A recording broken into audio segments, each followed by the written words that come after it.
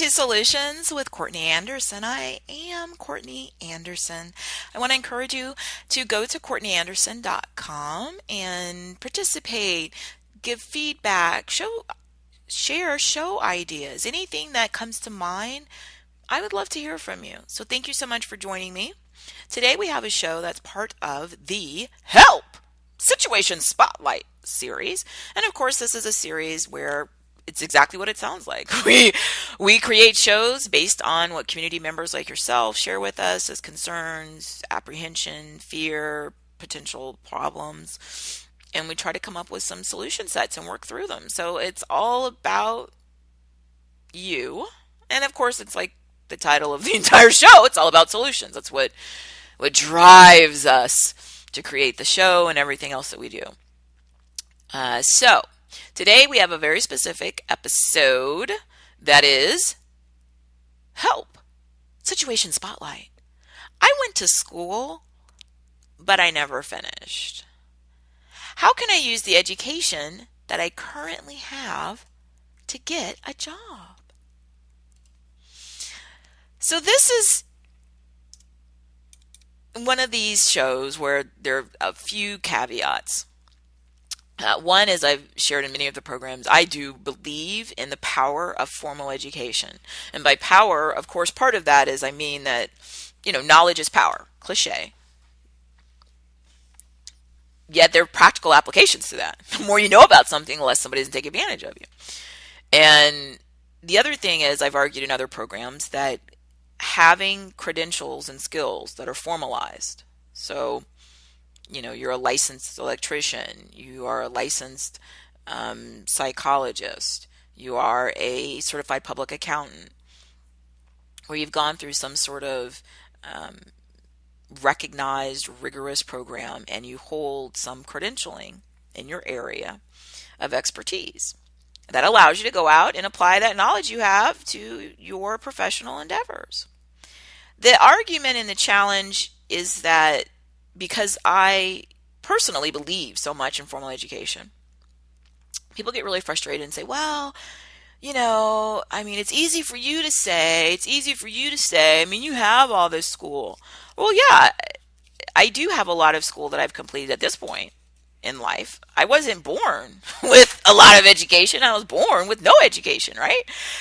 So I had to go out and go to primary school and secondary school, and then I went to a 4-year college degree program, and then I went to a law school, a doctorate program, and then I went to a graduate school program for an MBA, and then I went to another graduate school for a master's degree of science. All right, so all of that took time. But like I said here at the outset of the show, I have to be as forthright and honest as I can. Yes, I do believe in formal education. Why? It's just supply and demand. People talk constantly about professional opportunity relating to income. So, how can I make more money? How can I get a promotion? We do a whole series on financial fierceness. We do other programs trying to focus on people's specific aspirations economically, right? The easiest way economically to make more money is to go have something where you have less competition. That's supply and demand. So just think about it. If you live in an area and people love to eat pizza where you live, right? In your town where you live, people just love pizza. People's favorite food is pizza. And let's say that there's only one restaurant that serves Chicago style pizza, which for those of you who don't know, and I'm not an expert on this, but I have eaten Chicago style pizza in Chicago. So to the best of my understanding is it's really thick pizza. It's a very thick crust. It's more of a pizza pie than just sort of a thin breading base and then toppings on top of that. Chicago, it's very thick. Sometimes it'll have pizza sort of breading and then literally like a huge thick crust where they stuff it with all types of toppings and they put more bread on top of it to make it more of a pie, right? Pizza pie. Okay. So let's say people love pizza where you live, but there's only one Chicago style pizza restaurant, and all the other pizza restaurants are 50 pizza restaurants, but they're not Chicago style. Well, the one Chicago style pizza restaurant, because people like Chicago style, a certain subset of people, they're going to be able to charge more money than the other pizza restaurants that don't have it. Partially because people who want Chicago style can only go get it from that one place. And so, of economics, big picture, if there's less supply of something and then there's demand for it, right? Like I want Chicago style, but there's only that one place in town I can go to. Man, they charge, $30 for a big, large Chicago style pizza, and I go get a non-Chicago style pizza at one of these other multiple pizza restaurants, right? I can get one of those on special for like $5. But people will go and pay $29.99 for the big, large Chicago style pizza because it's so rare. There's so few of them. And if you really want Chicago style, you're not going to be happy with those other pizzas because they're not the same type. They're not that thick pizza pie you want. If you really want that and it's well done, it's only one place in town, you will go to that place and pay their prices because they have less competition. Supply and demand. It's the same thing with you and I in terms of our ability to charge money in the market. Now, you might charge money as through a business you own. I talk a lot about that in a lot of our programs. It's certainly something I've done for many years. You might charge money through your own individual personal services. So maybe you are the number one pizza pie maker. You're the number one Chicago pizza pie maker in your town. The other people don't even know how to make that Chicago pizza pie because they never learned. You went to a place you learned. You went to the culinary number one place to learn Chicago pizza pie making from the best in the world, and you have a certification for that, and you know how to do it really well. You're going to be able to charge more money from being a Chicago pizza pie maker than all the other pizza pie makers in town, because the other pizza pie makers in towns they don't know how to make that Chicago pizza pie the way you do, and come out and taste that way, and they don't have the skills.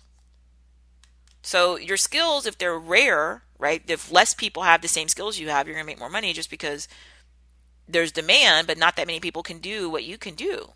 That's just the big picture.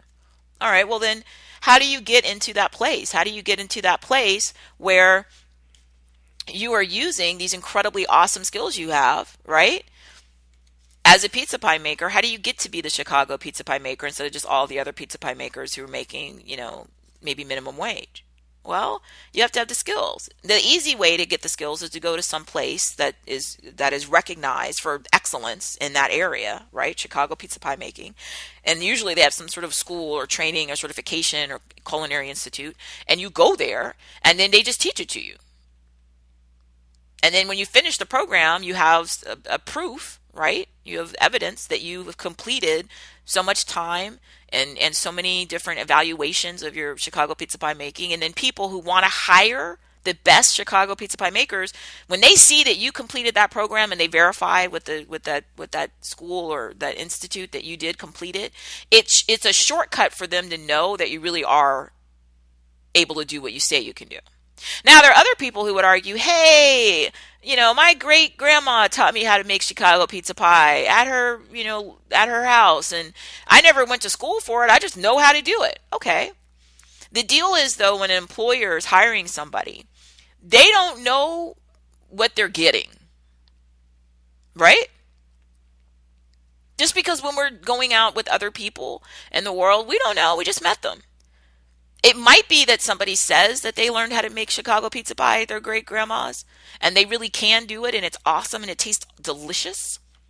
It might be that they said that, but their grandmother really wasn't even making Chicago pizza pie. She just called it that, but maybe it was some other meal. Maybe she never even had been to Chicago and she was making something she called Chicago pizza pie, but it really wasn't. I mentioned that I had one of my grandmothers, she's passed away, but she made things she called enchiladas. They weren't really what probably, if you ate them, you would think that's not really an enchilada, but it's just what she called it.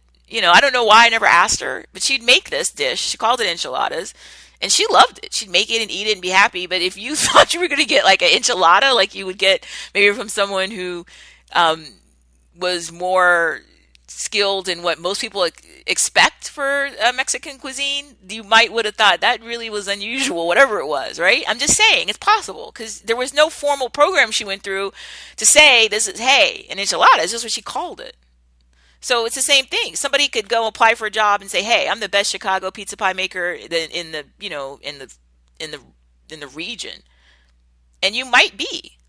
Or it may be a situation where you are not a pizza pie maker at all. You just made something that you thought was pizza or you heard of potentially might be pizza, and you're just like, "Hey, I don't know."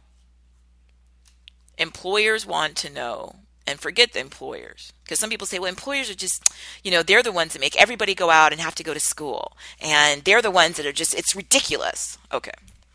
My argument is that employers want to know what they're getting when they hire somebody because customers want to know. Customers want to know what they're getting. The customer says, I want to go buy Chicago pizza pie. I want it to be thick and wonderful, just like the pizza I had in Chicago. And especially if you're not in Chicago, Illinois, part of the United States, big city. If you're not living in that region, and let's say you're in Albuquerque, New Mexico, or you're in, Boca Raton, Florida, or you're in Pocatello, Idaho, you don't know. You're not really guaranteed you're getting that good stuff like you had in Chicago. So if you want to go out and pay, like I said, $30 for a big Chicago pizza pie, you want it to be delicious. You want it to be like every Chicago pizza pie you've ever had when you were in Chicago, or you saw a TV show about eating Chicago pizza pie and you know what it's supposed to look like, what it's supposed to taste like, or you had a relative that went there one time in Chicago and had it and told you how great it was and what to expect. You expect it to meet your expectations. That's why you're willing to pay more money for it. The challenge is the employer has to be able to deliver that.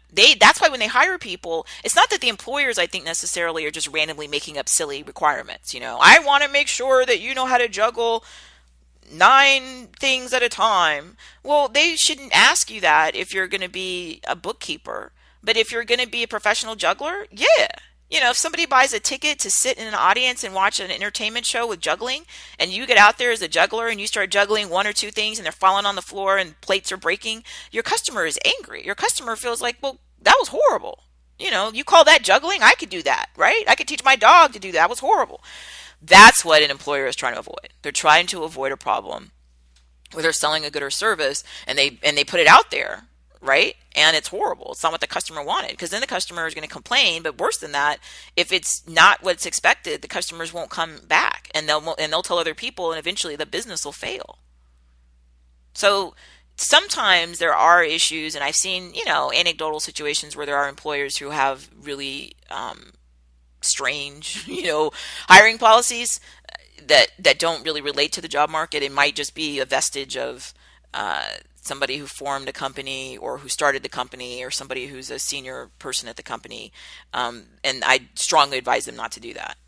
The whole point of the business, whether it's profit or for-profit or nonprofit, even if you're a nonprofit, right? Let's say you're a nonprofit, but your whole situation is rescuing cats. You just love cats and you want to make sure all the animals that are cats are rescued and they're not taken to be euthanized, right?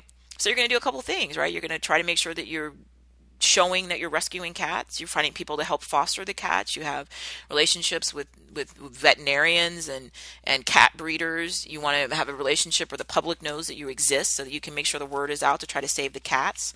There's a lot you need to do. You have tasks that you have to get done. If you have somebody that says, oh, I'm going to come work here with your nonprofit, I know everything there is to know about cats, and I'm ready to go out there and work, and I'm going to be the one that's going to go talk to the veterinarian and make sure that everything's taken care of. And it turns out they really lied. They don't know anything about cats. They just lied to you. So then they go and you keep getting these really bad outcomes. And you're saying, what's going on? You're supposed to be dealing with the vets, and we're getting all these, our cats are getting horrible, vet care, or, they're not even going to the vet when they should. And if the person, whether it's for-profit or non-profit, I don't care, whatever it is, the task, the good or the service, it has to be accomplished. If it isn't for long enough, whether you were a nonprofit or you're a for-profit, you're going to cease to exist because you're not able to do what you said you could do, whether it's sell pizzas or rescue cats or whatever. And so because of that, when you grow an organization beyond the one person who maybe started it and does know that area, that's usually what you'll see. If somebody starts, a business, usually they'll have some personal relationship with it. So I'm an attorney. I started a law firm. It makes sense, right? There's also rules where to own a law firm, in most instances, you have to be an attorney, but which makes sense, right? You see that with many different industries. So I know that because that's what I do. The challenge is, even when it's something that you know, when you start going beyond yourself and you start hiring other people, you don't know what they know. All you know is what they tell you they know. And that may be on a resume, a cover letter, in an interview. And it may be that what they tell you they know is exactly accurate. They really do know that thing. And when you have them work with your customers or with the community or whatever it is with your goals, they are able to do it. The risk is when you're the person either purchasing a customer, you're the purchasing customer of a good or service, or you're the customer of a nonprofit, right, a client, or you're the client of a for-profit. You don't want to be the guinea pig, right? You don't want to be the one who goes in there and was like, oh yeah, this person totally knows how to do this. That's what they told us, and that's what they gave us, a piece of paper or an email and says they totally know how to do this. And then it turns out later that they really didn't know how to do it, but you were the one that, they sort of experimented on. And it turned out later, oh, I'm sorry you had to eat that horrible food that wasn't even, edible. Or I'm sorry that you had that person who wasn't even a licensed lawyer or trained certified paralegal who had not a clue what they were telling you. We're trying to avoid that. In many instances, the employer will be liable, right? For what there's a whole thing legally. I've done programs. We'll continue to do in our legal series, our Law Lovers Lounge series. We do programs. We talk about negligent hiring. We also talk about that in our management and our human resources, HR Heroes Hangout, and our Management Magician series. Negligent hiring is this idea that I'm supposed to protect my clients and the public at large, right? When I hire people, and I need to do something to make sure the people who I hire, who claim they know how to do stuff, actually know how to do it. If I hire somebody and I put out marketing and say, hey, you have an electrical problem at your place, call us. I'll send out a certified licensed electrician. And it's a lie, right? I had somebody that came in and told me they were a certified electrician, licensed electrician. And I was like, okay. and then I sent them out to a client site, to go repair some electrical issues. And then the people later, it's not funny. The people later were, injured because there was an electrical fire because the person who I hired and then sent out to go out and do electrical work turned out they really weren't licensed or certified. They just said they were. And I actually bring this up because so much of the time when we talk about this idea of I went to school but I never finished, and then usually what the argument goes to from the person is, but you know what, I need to use what I have. I have some education and it's these horrible employers and these stupid places they're just trying to make everybody, go to school all the time and get all these licenses. I don't need a license. I've been doing cooking for a long time, so I'm not, certified or trained in this. Who cares? Or people say to me, I've been doing bookkeeping for a really long time. I know everything about accounting. Why do I need to be a CPA? Okay, here's the deal. You actually may know what you're talking about. You may have the experience and you may have learned on the job how to do these things. My argument to you to answer the issue that's the title of this show, which is help. I went to school, but I never finished. How can I use the education I currently have, to get an awesome job? So not just any job. If your argument is that you know a lot about, let's say, bookkeeping and accounting because you've been doing it a really long time, my argument would be you need to go back to school and you need to get the final credential that you need to be either an accountant or other similar designation so you can go out and actually do that job.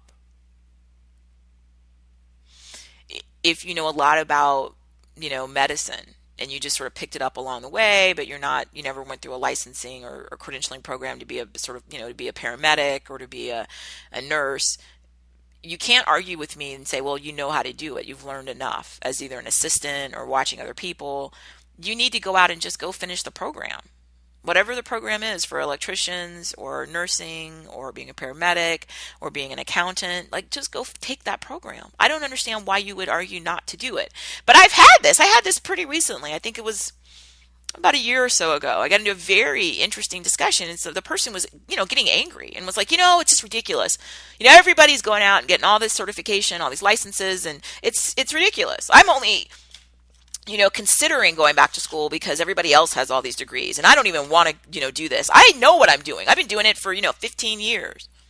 I hear you. The thing is, nobody else knows. And the argument that, well, people should just trust you is one that's, I think, a bit naive, because we don't know. And the reason we have all the systems we have now, there are a couple of reasons. I mean, some are historical, where there have always, not always, but there have been for many, centuries, certain professions where there was sort of a professional guild. There was a way that that profession would sort of monitor who was qualified to call themselves that profession, and then who was qualified to be recognized as such. That's been around, before America existed, before the United States of America existed. So part of it is because we're trying to protect the public. And, just today, this is so interesting because it just dawned on me. Just today I was reading my mornings, start. So I have lots of different periodicals that I start every day. It's sort of the old terminology would be that I was reading my morning newspapers, right? Which I was, actually. Many of them are newspapers. They're just digital at this point, because it's just the logistics of it. When I travel so much, it was so difficult to get physical papers, although I still love physical media. But anyway, I'm reading my morning media, and I was reading an article about a person who had called themselves a medical doctor and was doing some sort of plastic surgery type things, like, injecting people with Botox and things like that. But they were a liar. They really weren't a medical doctor that had gone to a recognized, accredited program and knew what they were doing. They just called themselves that, and they were charging people, of course, really cheap prices for their, quote, medical treatments. And unfortunately, of course, when you take people who don't know, who might not have the level of expertise necessary to do specific jobs, right? So like I said, somebody says, hey, I know a lot about electricity, right? I read a lot about it. I used to watch my grandpa. I'm not an actual electrician. I didn't go to an electrician program. I'm not licensed. If you go out there and you have those people do stuff with electricity really cheaply, sometimes they actually can figure out what to do and kind of do an okay job. At some level, though, they're probably going to run into something that they don't have the expertise to address because they didn't go to the formal program. They just sort of picked up stuff along the way from different resources. And that's when you get something that's improperly done, and something catches on fire, people's property or people's lives may be endangered. Now, people would say, well, yeah, there's electricians who do that. Yeah, but then you have a way to go and penalize them, right? They can lose their license, which is the worst thing that can ever happen to you if you have a specific credential or license, is to lose it, because then you can't use it for anything and it's worthless.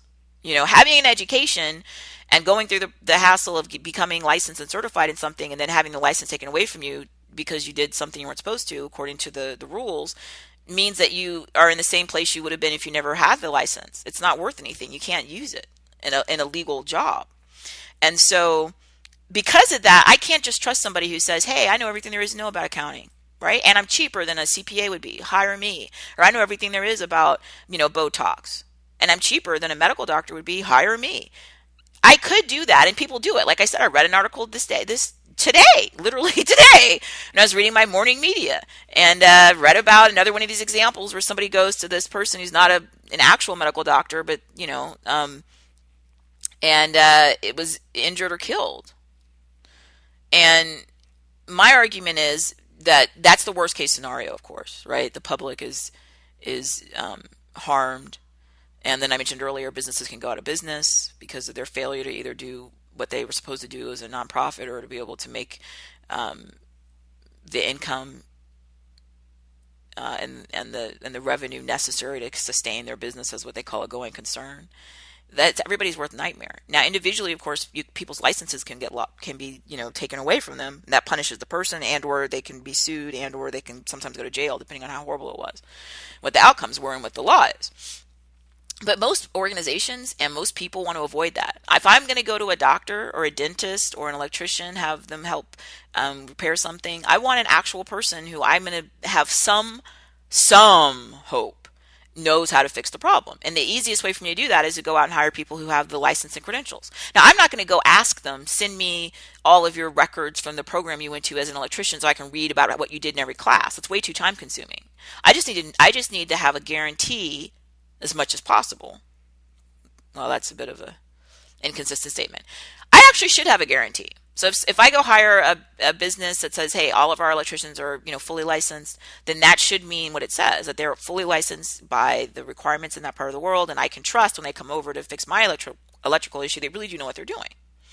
If I go to a hospital, right, like it's a place I'm traveling, I don't live there, I don't know anybody, I just go to the local, hospital, and somebody comes over and is like, hi, I'm Dr. So-and-so, my assumption is, and my hope is that that's somebody who's gone to medical school, whatever the equivalent is in that part of the world, and is trained to know what they're doing, right? I understand the frustration from people who say, help, I went to school, I just never finished. What can I do with that education to get, the best job possible? The challenge is, and I'm going to risk the wrath of many people. You can't do anything with the education without finishing the program. You have to go back to school. That's the best answer I have. And there are so many wonderful opportunities for you to go back to school now. There are programs, there are always, not always, but there have been for many decades programs for people who have full-time jobs or full-time family responsibilities where you can go to school in the evening, you can go to school on the weekends. I, in fact, got my MBA that way many years ago before they had the internet technology that they have now where you can go to school online, which is just, it's the same thing, right?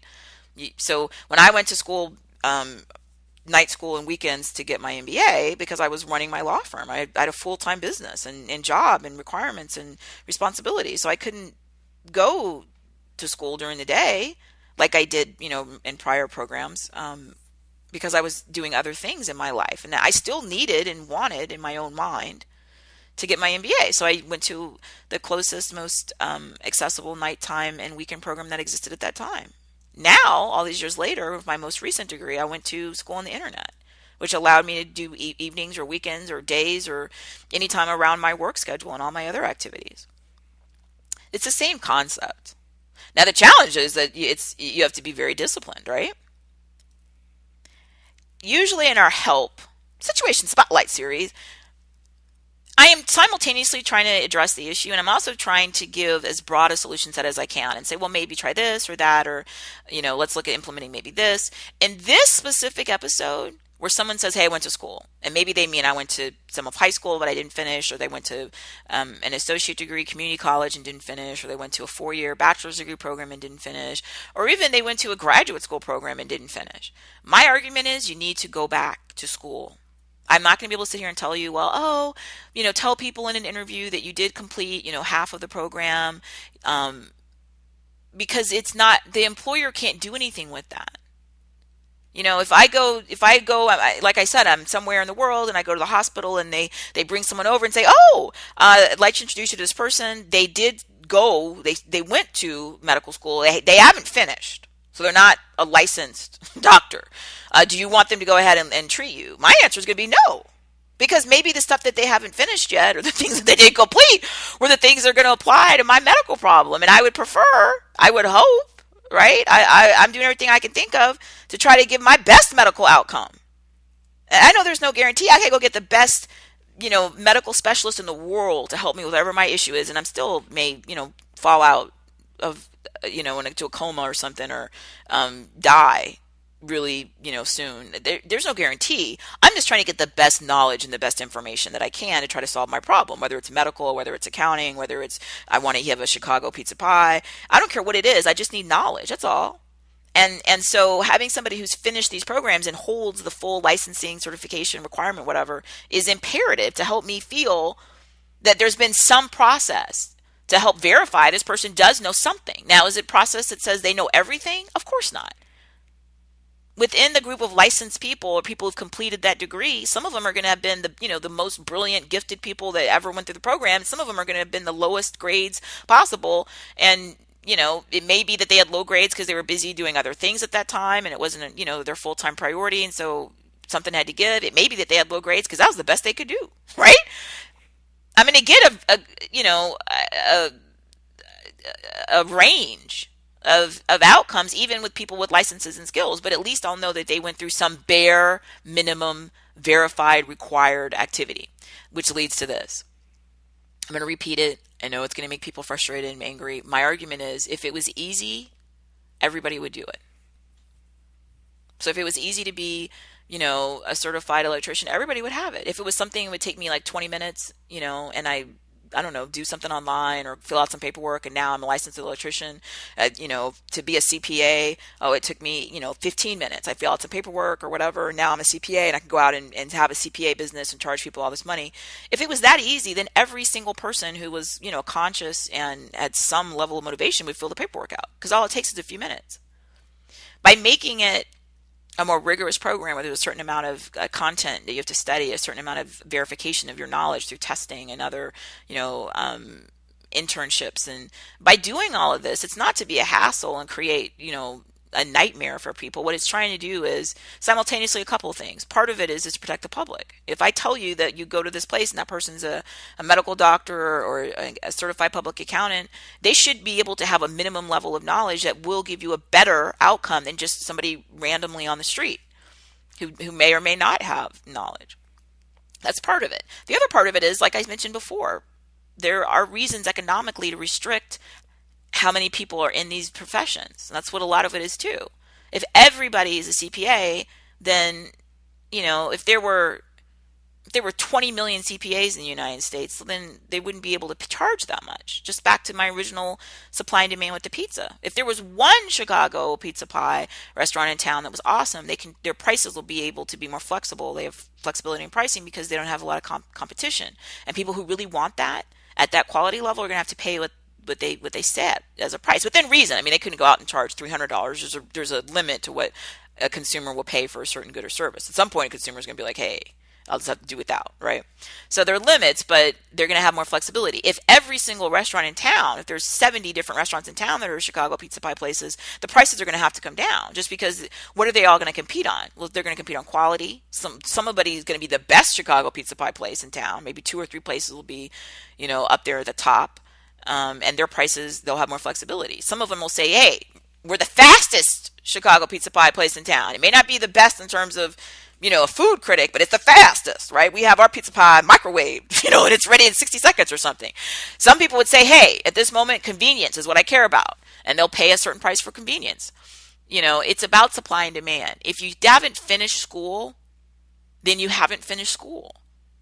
Saying to somebody, I went to part of high school or part of college or part of my electrician program or part of, whatever is good, and it's a start, but it's not, no one can use that in terms of hiring safely, protecting themselves and society. And as a customer, I don't want the person who went to part of the program. I want the person who finished it. And then whatever they had to do, whether it was internship or hours or residency or, licensing exams and continuing education, like whatever they had to do. And I don't even need to know all of it, because I don't. I just need to know that whatever it was that was needed to happen, okay, they did it all. That gives me some more confidence and a higher probability that I might get a good outcome, that they may have more knowledge than the average person. That's what it's all about, is the consumer, your client, honestly, the public good. So again, I understand all these arguments that, oh, I know a lot of this, it's not fair, there's too much degree inflation, blah, blah, blah, this. I get all of that. I do. I absolutely do. But the reality is, what can I do to set an economic price for you in the marketplace if you don't have the credentials necessary to meet certain, opportunities? Part of it is not worth anything. You have to have all of it. So, like I said, the great thing is there's flexibility with scheduling and time and technology. There's an opportunity now, and I can only imagine what the next, couple of years are going to bring with more technological advances and opportunities for knowledge sharing. But there's a way to do this. Is it going to be the easiest, fastest way? No. But if it was easy, everyone would have it, and then you wouldn't be talking about going back to school at all, because you wouldn't even care, because you would just be out charging, $1 million an hour just because you're awesome. If you are interested in using credentials and knowledge, you have to look at how those are recognized within your society and within your part of the world. And then, yes, take whatever extra time that it's going to take to finish those things. It's worth it. A GED, general equivalency degree holder in terms of a high school or a high school diploma holder, is in a totally different position from somebody who didn't finish. And they ask you on most applications, did you graduate, or do you have a GED or a high school diploma? In other professional settings, are you a certified public accountant? Are you a licensed attorney? Are you a licensed electrician? They're asking you this. If you can't check the box, you can't kind of check the box halfway and then want to go in there in an interview and say, well, I started a program and, no. Go finish it. In the interim, maybe you can find something in that field, obviously not at that same job category, but in the field where you can say to people in an interview and on your cover letter, hey, I am enrolled in a program to complete this. I anticipate I'll be finished whatever in 18 months, and so I'm really excited to have the opportunity to work in this setting and at this organization as I finish my educational program and move toward my final credentialing. That will give you an opportunity, potentially, definitely a leg up for a job in the field. And then as you finish school, after you finish school, now you're in a great position to go ahead and move into one of the full positions that the licensed electricians hold or that the licensed accountants hold. There's no way around this that I'm aware of if you want to use your knowledge in a formal marketplace. But I honestly think it's worth it. Plus, there's that really good feeling. I always get elated when I finish something. Graduation is always my favorite part of school. So just go ahead and do it. And the time will fly by, even though it seems like, oh, it's going to be so much. But it'll be done. And then you know what? This is the other favorite part about things like this. When you're done forever. So now that you have that degree, now that you finished school, now it's finished. Now you may go to another level or do something else in the future, but this is done forever, permanently. No one can dismiss what you've accomplished. And as long as you continue to comply with whatever the requirements are, for licensing and continuing education and things of that, then it's done. It's done permanently. Yay, you! All right, I'm celebrating already your accomplishments. Let me know. I love sharing in celebrations and being part of journeys when people, my former students, people I've worked with, clients, let me know they're starting a program or going back to a program, and then letting me know how they're progressing, if there's anything I can do to be of assistance when they're applying for opportunities. I'm often excited to provide letters of reference or recommendation, and then when they graduate. So you're not alone. I'm here. Let's make this happen. Let's get it done, and let's go back to school, finish it, and now we're going to get out there and use all the knowledge you have, all the expertise, all your formal credentials, and the sky's the limit. Again, I appreciate you. I'm grateful to you for joining me and being part of the program today. I always invite you to come to CourtneyAnderson.com for any other feedback, questions, concerns, and just to kind of see a bigger picture of what we're doing. Thank you again.